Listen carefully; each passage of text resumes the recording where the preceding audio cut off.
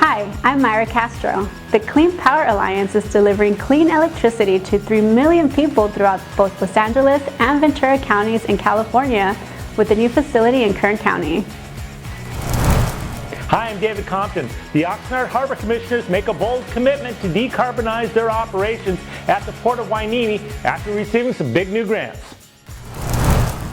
Hi, I'm Pia Ishel. The California Energy Commission recently approved a $1.4 billion zero-emissions transportation infrastructure and manufacturing to help California reach its 2025 electric vehicle charging and hydrogen refueling goals. Hi, I'm Olivia Simonson. Drilling for white gold is happening right now in the Salton Sea in Riverside and Imperial counties with a new lithium project. All these stories coming up on this edition of PowerON.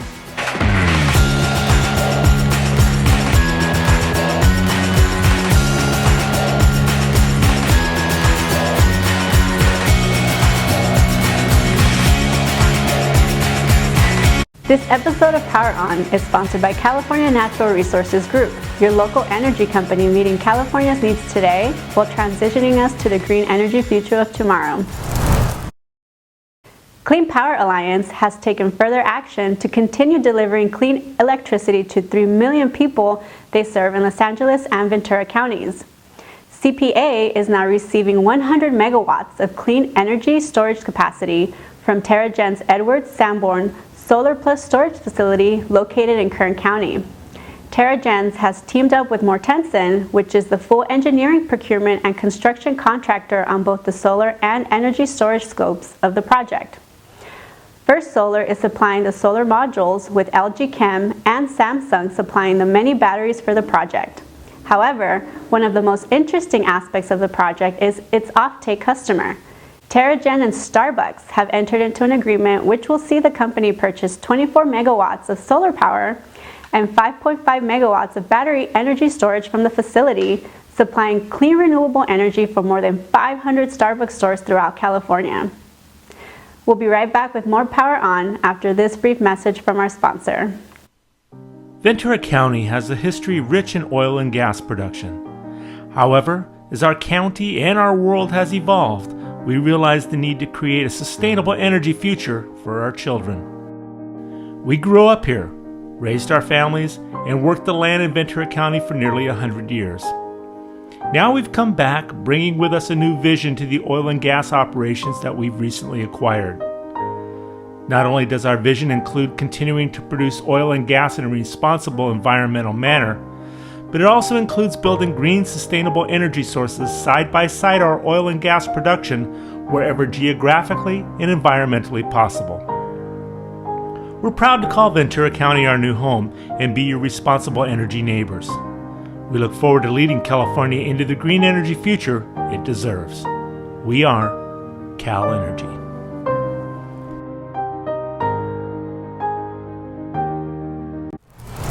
The Oxnard, California Harbor District Commissioners recently voted to adopt a resolution to demonstrate their commitment to decarbonizing their operations at the Port of Hueneme. The Port of Hueneme, which is owned by the Oxnard Harbor Commission, was recently awarded a $200,000 Sustainable Power Advancement and Resiliency for Our Communities grant from the California Energy Commission to help identify the actions and milestones needed to implement medium and heavy-duty zero-emission vehicles, equipment, and marine vessels and their related electric charging and/or hydrogen refueling infrastructure. The Port of Hueneme was also awarded a $3 million zero and near zero emission freight facilities project grant from the California Air Resources Board in coordination with the Port of Los Angeles, and they've just purchased the port's first 2 all-electric zero-emission cargo handling rucks and the electrical infrastructure to plug in zero-emission equipment. In addition, Oxnard Harbor Commissioners voted to approve a $7.5 million project to add more electrical infrastructure to allow customers to plug in hybrid mobile harbor cranes so they can operate with zero emissions. The $500 million Hell's Kitchen project to mine lithium near the Salton Sea has broken ground. Australian developer Controlled Thermal Resources seeks to extract lithium from the briny water under the ground, a feat that has been nearly a decade in the making. The company expects to produce 40,000 tons of lithium by 2024, but estimates indicate that as much as 600,000 tons could be produced in the Imperial Valley each year. Lithium is a necessary component for electric car batteries and batteries for renewable electricity storage. The Hell's Kitchen lithium mining project increases the viability of California's goal to stop the sale of gasoline-powered vehicles by 2035 and the national electric vehicle sales goal of 50% by 2030. Currently, more than 80% of the world's raw supply of lithium is mined in Australia, Chile, and China. China also controls more than half of the world's lithium processing facilities and approximately 75% of the world's lithium-ion battery megafactories. Success in the Salton Sea has two big implications. First, domestic lithium mining and refining could decrease the U.S.'s reliance on foreign imports and processing. Second, an increase in the supply of lithium could make electric vehicles more affordable and battery storage more prolific. PowerON will be right back after this quick message. The world is changing, and so is our energy needs. We're proud to be your local energy company leading the way to the green energy future we all desire. We are Cal Energy.